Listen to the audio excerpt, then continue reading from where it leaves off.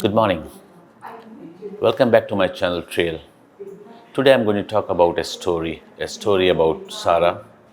Sarah is a young entrepreneur and she wants to establish F&B business. Now in F&B business, there's a thin line between survival and success, and it all depends how you price and prepare a cost structure. To prepare the cost structure, to understand whether your business will survive, you need to understand the gross margin, break even, and today my story is completely based on that. Sarah opened a sandwich shop in the busy street, and she wanted to sell sandwiches. She checked the market. The market price was $10-12 each sandwich. She wanted to gain market quickly. She wanted to penetrate in the market, and she decided to sell the sandwich at $8. So market is 10 or 12 and she's selling of 8. So that's her strategy. She said, let's cut down the price and penetrate in the market. Let's establish myself. That's what she did. So when she was deciding the price of 8, she checked the cost of ingredients, which was $4.50. She checked the packing cost and all, which is $0.50. So total cost was coming around $5 and she's selling for $8. So $3 is a profit. And she was very happy. I think I'm going to make $3 each sale. She starts selling the sandwich. Her sale increased. Every day she was selling 200 sandwiches, which was 200 times 8, $1,600 every day. And in a month, $48,000. So it's like a success. She was very happy. She said, oh, I'm making $48,000 selling every day 200 sandwich. I penetrate in the market. It's a big success. The gross margin can be calculated by taking out the cost of sale, your packaging cost, which is your direct cost, from the revenue, and divide by the revenue, which is 37%. You can see in the screen the gross margin. So she calculated the gross margin, 37% gross margin, and the business working very well. Sarah was really delighted because the sales skyrocketed, selling 6,000 sandwich every month, making 48,000. It's a happy moment. But the reality kicks in, and that's a fixed cost. When she calculated her fixed cost, it's quite high. So the monthly fixed expenses were rent 8,000, the employee salaries was 15,000, utilities were 1,500, insurances, permits, all that cost $1,000. Marketing 2,000, then the maintenance of the equipment, which is around 500. So around 28,000 was her total operating expense. So 28,000 was her total fixed cost, which is hitting the P&L every month. Let's do the maths. The total revenue was 48,000. Cost of goods sold, which is 6,000 sandwich by $5 is 30,000, which gives a gross profit of 18,000. The fixed expense is 28,000. And by deducting the fixed expenses, there's a monthly operating loss of $10,000. So what's happening actually? The Sarah was selling 200 sandwich every day, but every month she was having a loss of $10,000. Her gross margin, which is 37.5%, is not enough to cover her fixed expenses. So that's a dangerous sales volume trap. Sarah did a classic mistake. She concentrated on the volume. She didn't prepare the cost structure. She didn't prepare the break-even point. And that is important because break-even point can tell you what cost structure work with what sales volume and what sale price. So before deciding the sale price, getting into a sales volume trap, let's do the break-even calculation. Why we need this break-even calculation? Because even if we say we want to cover 28,000 fixed cost, even if Sarah says she wants to cover 28,000 with the margin of $3, which she's having now by selling the sandwich for $8, she needs to sell 9,333 sandwiches. 28,000 divided by 3. That's how we know how much sandwich she needs to sell to break even. So 9,333 sandwich means 311 sandwich to be sold every day. But that's not the capacity of her shops. Her shop capacity was 250 sandwiches. She was selling 200. She can sell maximum 250. But to break even with the cost structure, she has to sell 311. So the business is going to be in loss. And that's why she jumped in the calculation, in calculating the break even. Break even is important because it's determined what is possible. It reveals the pricing problem early.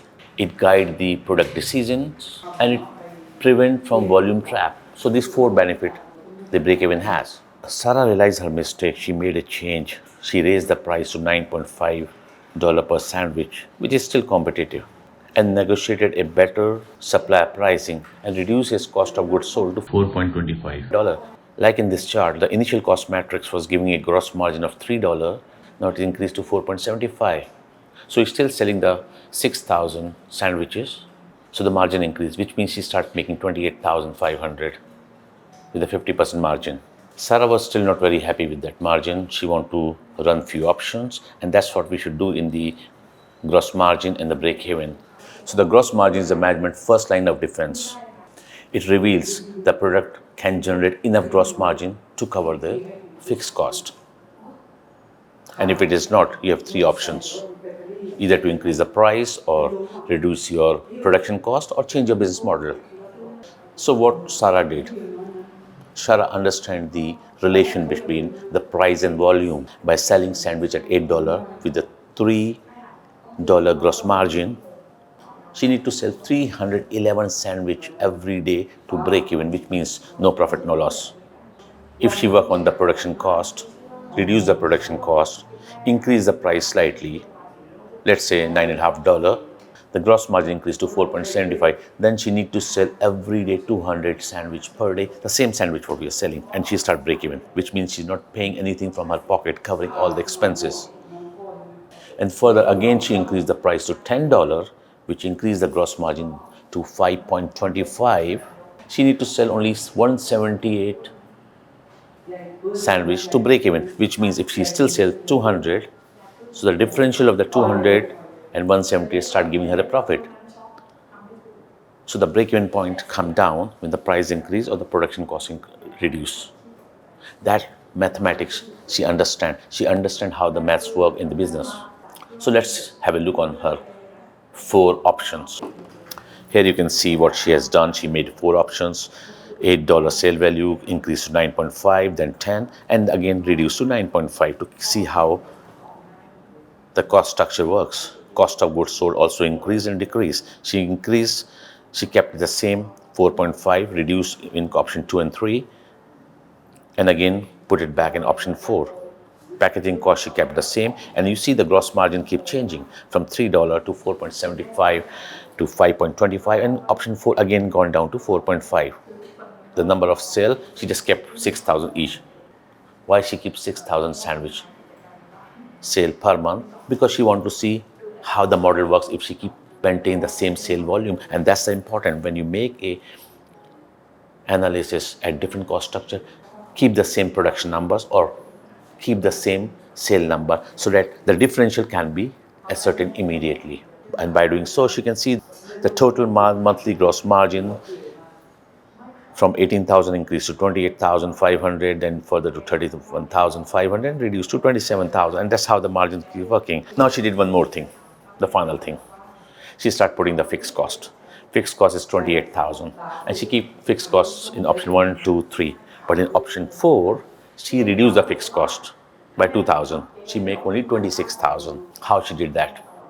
Because the fixed cost has many components. Is a payroll, staff payroll. It has a lease rental.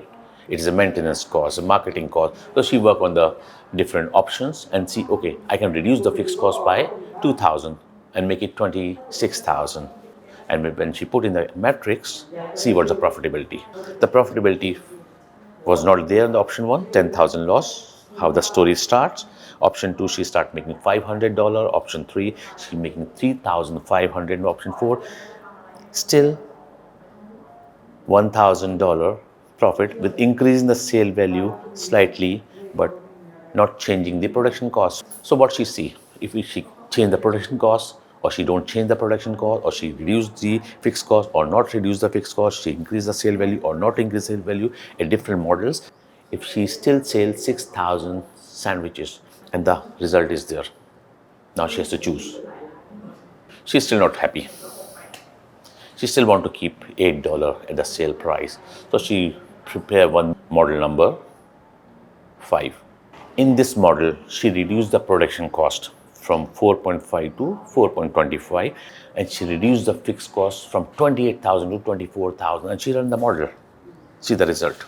And she still saw, even by reducing the production cost and reducing the fixed cost, she is still making a loss, which means it give her answer, $8 is not a sustainable number. It cannot make the business sustainable. Even by reducing the production cost, reducing the fixed cost, there is still a loss.